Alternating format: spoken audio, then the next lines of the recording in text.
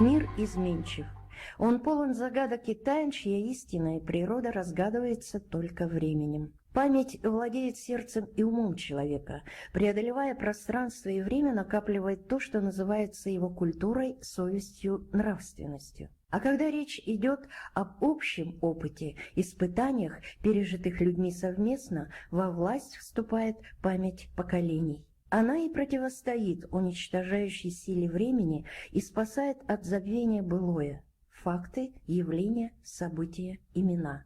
Свидетельства истории, имеющие вес, силу и значение.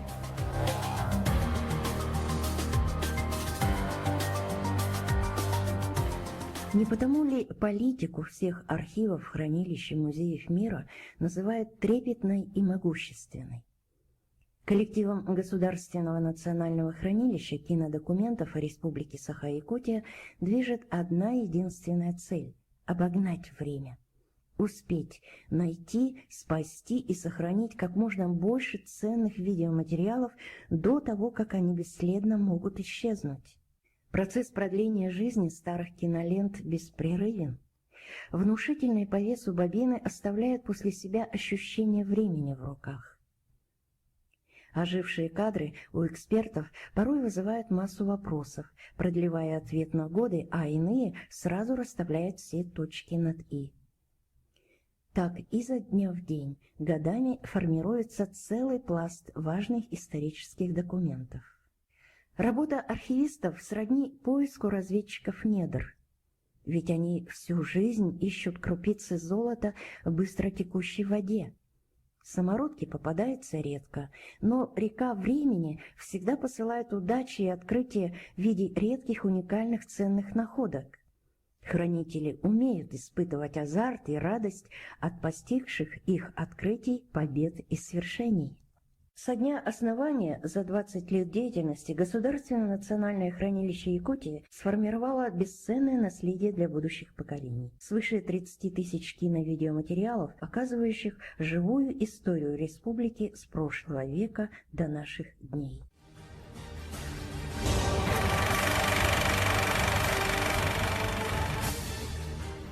Вот они, золотые кадры, не исчезнувшие и сохраненные, не стертые из памяти мгновения минувшей эпохи. Самый ранний материал датируется 1924 годом. Представители Якутии в процессии прощания с вождем.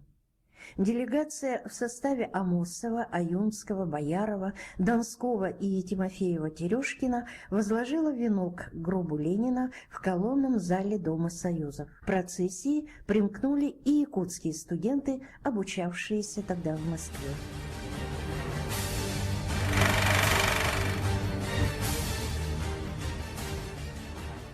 Вот так буржуазно, роскошно и демократично проходили торжества и рабочие заседания, посвященные 200-летию Российской академии наук.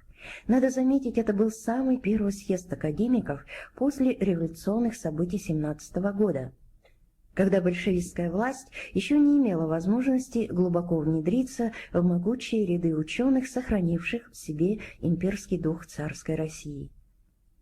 Со временем коммунисты уверенно внедрились в академию плотными рядами.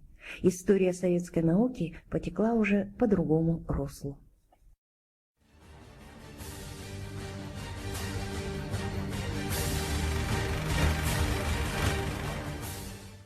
А это бесценные кадры весны 1926 года. Якутская делегация отправляется на первый тюркологический съезд в Баку. Этот сюжет был найден и передан на государственное хранение якутским тюркологом, доцентом ЕГУ Юрием Ивановичем Васильевым Гергыстай.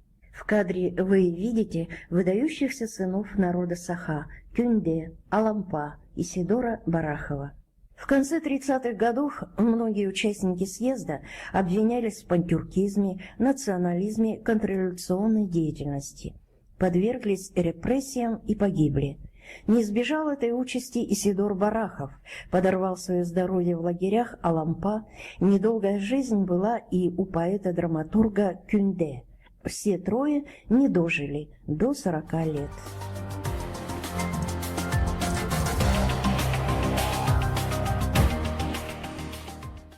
1931 году в Якутию приехала съемочная группа «Треста Восток Кино».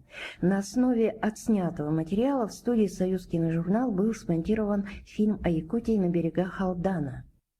Эти кадры обошли весь мир, и ценность их заключается в том, что они являются единственным кинодокументом, достоверно отображающим жизнь и быт якутов в начале века.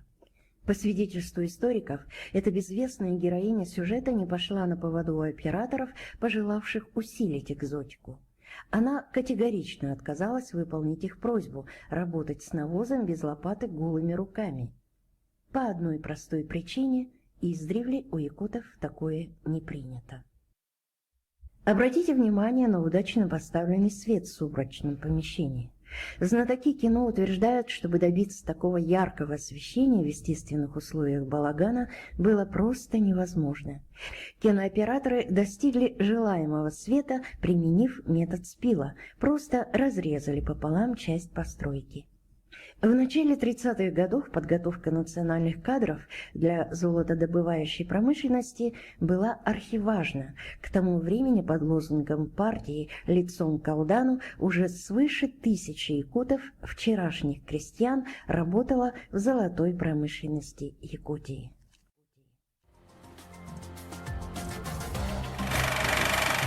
Еще один яркий и зрелищный фильм студии «Союз Киножурнал» о маршруте шхуны «Лаптев» вниз по реке Лени до бухты Тикси. Кинорепортаж, достойный аплодисментов и в наши дни. Снимать работу речников в экстремальных условиях все-таки удел храбрых профессионалов.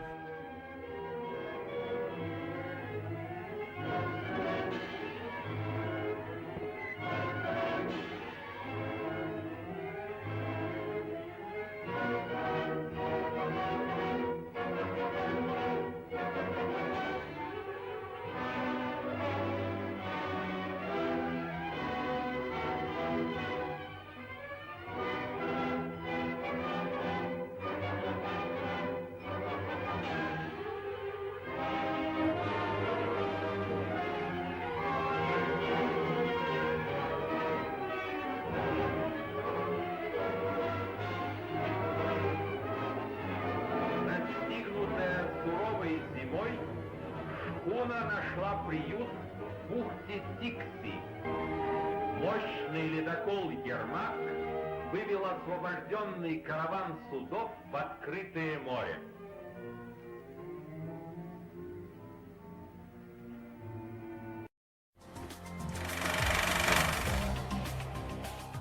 А это кадры из научно-исследовательского фильма об экспедиции Якутской академии наук СССР мерзлотно-гидрологического отряда Швецова и Седова. Датируются они 1939 годом. Каким-то чудом кинопленка сохранила свое качество и, подобно драгоценному камню, была обнаружена спустя 76 лет. Однажды научный сотрудник Института мерзлотоведения в Якутске Сергей Иванович Сириков разбирал старые завалы в актовом зале и обнаружил жестяную банку с кинопленкой. Коллеги тогда подсказали верный выход – сдать пленку специалистам, призванным проявлять и определять ценность любого движущегося изображения. Таким образом, Фонд Государственного хранилища кинодокументов о Республике Саха-Якутия пополнился еще одним ценным документом с присвоением категории «Уникальный» 4-м по счету. Современникам открылись совершенно новые сведения об освоении Севера, об исследованиях Тарына, наледи в горах Верхоянского хребта. В апреле 1939 года впервые в истории советские грузовики прошли из Якутска по ледяному бездорожью до полюса холода Верхоянска. На Тарыне, в долине Ходоров, исследователям повезло. Состоялась редкая в этих местах встреча с людьми, кочующими эвенками. Мы стали свидетелями возвращения уникальных кадров, внесших яркую строку в историю изучения вечной мерзлоты и созданного впоследствии Института мерзлотоведения Сибирского отделения Академии наук СССР в Якутске.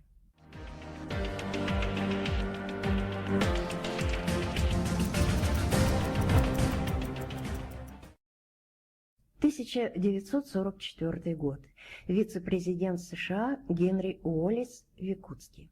Эта негромкая страничка в истории Якутии нашла свое визуальное подтверждение в сохранившихся киноматериалах от репортеров того времени. Официальной версией поездки считалась проверка и контроль за поставками самолетов по Ленд-Лизу Аляска-Сибирь. На самом деле ему надо было срочно лететь в Поднебесную, Китай, а возможность попасть туда была только через Советский Союз. В Якутске Уоллеса встречала делегация во главе с председателем Совмина Якутской Республики Ильей Егоровичем Винокуровым. Прием был кратковременным, но теплым и гостеприимным. Впоследствии в своих мемуарах о поездке в Сибирь Генри Уоллес не раз упоминал о встречах на якутской земле.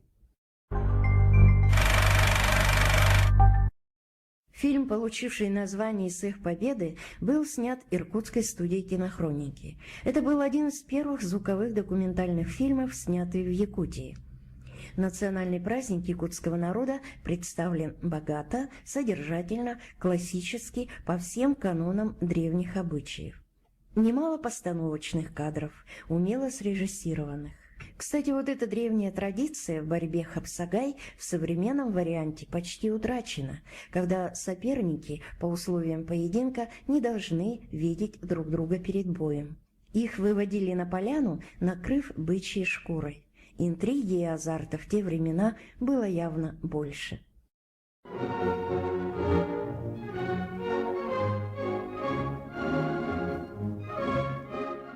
Вместо трейлеров и анонсов перед киносеансом зрители поколения 50-х, 60-х смотрели всевозможные познавательные киножурналы, включая «Новости дня». В 1957 году героями выпуска стали якутяне во время проведения Дней литературы и искусства Якутии в Москве. Кстати, именно это событие стало знаковым в истории развития якутского драмтеатра, когда высоких званий и наград были удостоены десятки мастеров якутской сцены. В филиале Большого театра Советского Союза закончились вечера якутской литературы и искусства в честь 325-летия вхождения Якутии в российское государство.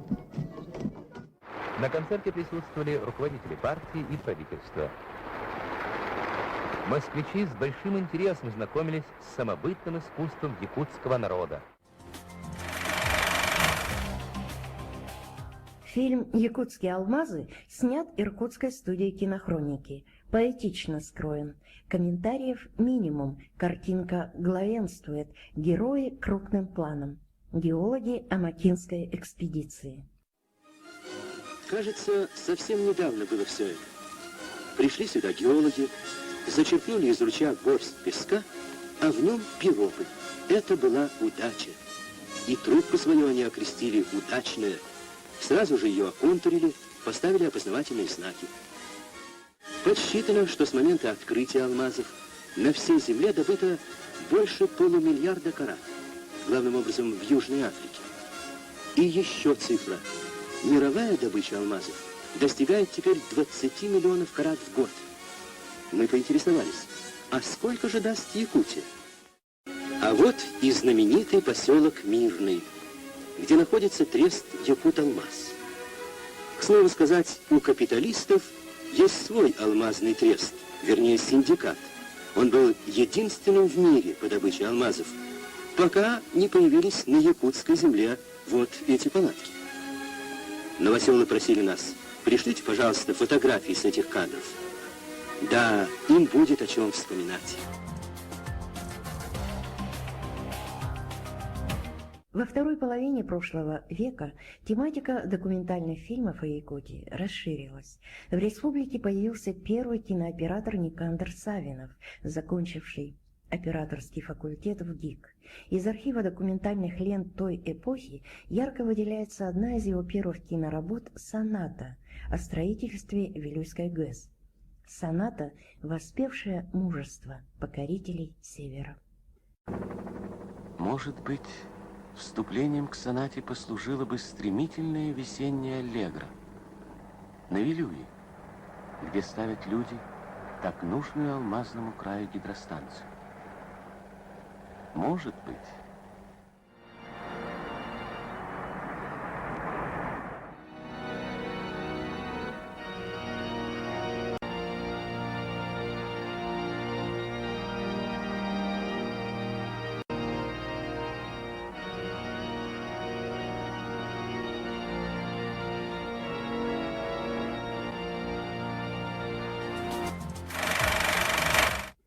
памяти страны 60-е годы неразрывно связаны с покорителями космоса.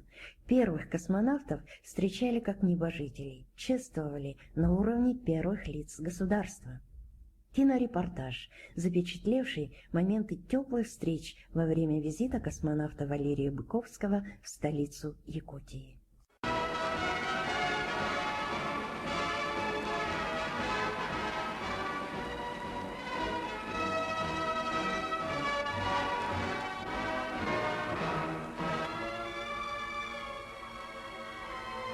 Герой Советского Союза, летчик-космонавт Валерий Быковский приземлился в Алмазном крае.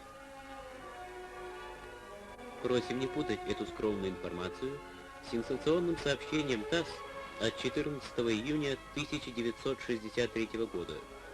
Просто в далекий якутский город Мирный совершил обычный земной полет друг алмазодобытчиков и строителей Вилюйской ГЭС.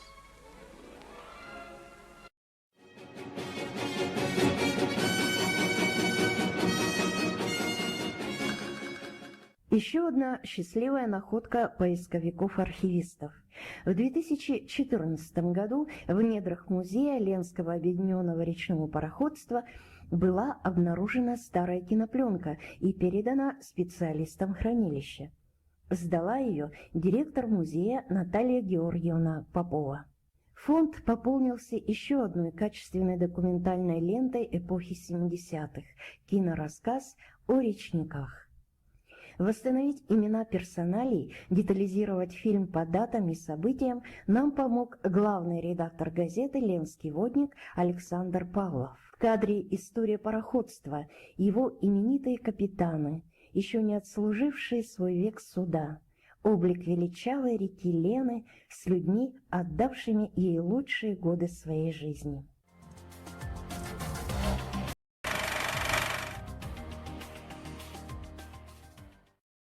Этой пленке более 40 лет.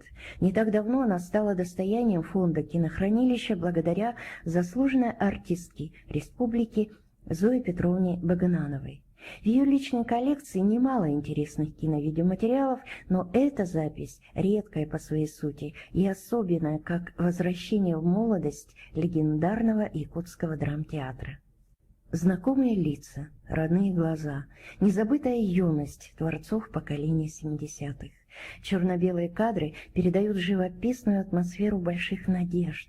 Щепкинцы 74-го года выпуска, приняв эстафету из рук мастеров старшего поколения, тогда были полны идей и дерзких мечтаний.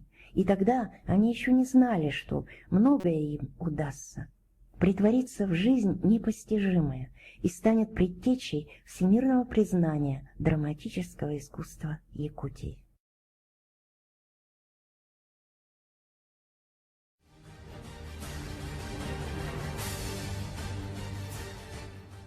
В марте 1985 года в стране была объявлена политика перестройки и ускорения. Перестраивался кто как мог, и как последствие рождались бойкие фильмы и репортажи о борьбе с теми, кто честно жить не может. Здесь белым днем находится то, чего не сыщешь в магазинах и с огнем.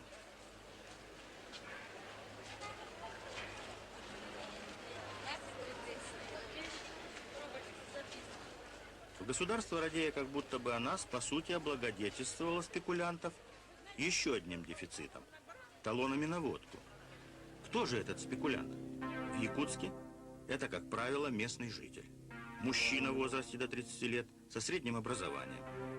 Может быть рабочим, служащим, учащимся или не имеющим работы. Кстати, возможно, вы потому и не отоварили талоны на мясо, что его уже выкупили по таким, самиздатовским. Говорит начальник отдела БХСС МВД Якутской ССР Владимир Ильич Масленников. Сложилась парадоксальная ситуация. Имеется факт извлечения нетрудовых доходов в чистом виде, а санкций за это деяние в правовых нормах нет. Вот и лежат изъятые талоны, а лица, изготовляющие их и распространяющие, не несут никакой ответственности. По данным БХСС, за первый квартал 1989 года населению города было реализовано 205 тысяч талонов, отпечатанных подпольно.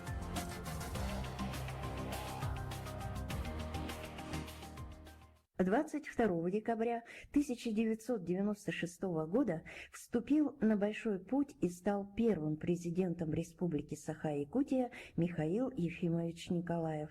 Эпоха близкая и далекая, и она уже стала историей. Это макушка айсберга. Вы не видите ее основания более глубокое, потому что в Якутии очень много переплелось. И действительно, здесь переплелось очень многое. Природа столь же суровая, сколь и ранимая. Арктическая пустыня и непролазная тайга. Стойбище оленеводов и современные города. Вековые обычаи и передовые технологии. Впрочем, мы привыкли воспринимать Якутию как глухую провинцию, способную только поставлять сырье, тем более, что в ее недрах едва ли не вся периодическая таблица элементов Менделеева. Это и знаменитые алмазы, которые многим не дают спать спокойно, и добыча которых составляет четверть мировой. Это и не менее знаменитые месторождения золота, которого добывают до 30 тонн в год. Это и олово, сурьма, ртуть, вольфрам, железная руда, фосфаты и полиметаллы. Это один из самых больших в стране открытых угольных разрезов в Нерюнгри. Это и огромные запасы газа и нефти. Это и леса, раскинувшиеся на 3/4 территории республики. Это и великолепные меха. Короче, бездонная природная кладовая. И десятилетиями, полными пригоршнями черпали и черпали из этих запасов, не особенно задумываясь о будущем. Центр привык только брать, мало что давая взамен. С наступлением эры цифровых технологий в наш новый век уже сотни тысяч видеокамер любителей и профессионалов со всей республики отражают реалии сегодняшнего дня. По сути, они архивируют нашу историю. Все, что воспроизводится в памяти, осмысляется в настоящем. Доли секунды превращает его в уже прошлое. Так наступает будущее.